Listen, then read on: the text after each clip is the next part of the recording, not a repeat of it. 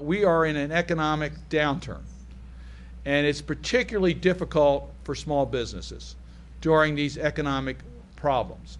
It's difficult because they don't have the deep pockets that larger companies have. Many small business owners have to mortgage their own homes in order to finance their business. 30% do that. And if they're looking for credit, many have to turn to their credit cards, which are the highest interest rates possible. And now we throw a new wrinkle on this.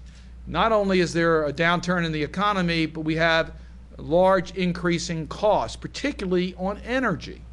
Energy costs have soared as far as small businesses are concerned. It's interesting, for small businesses, a larger part of their product cost is in energy than in larger companies. It can be 3 times as much. We're here to celebrate small business, but also to say that we have a national urgent call to help small businesses in America.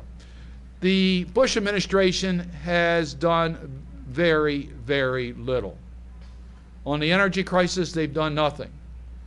There's soaring prices, and oil companies are making record profits, and there's no relief for the consumer. And it's hurting small business. We need to do more. We need to direct programs to help small businesses deal with their energy costs. This administration has paid very little attention to the small business community. Look at its budget. If you really want to know the priorities of an administration, look at its budget.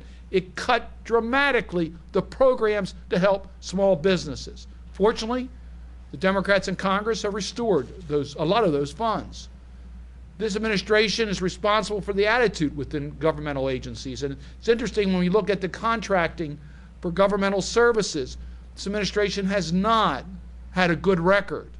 The oversight hearings that we've had in the Small Business Committee that I serve on has reflected the fact that the federal agencies are not doing what they should be doing on set-asides and helping minority businesses. None of that has been a good record.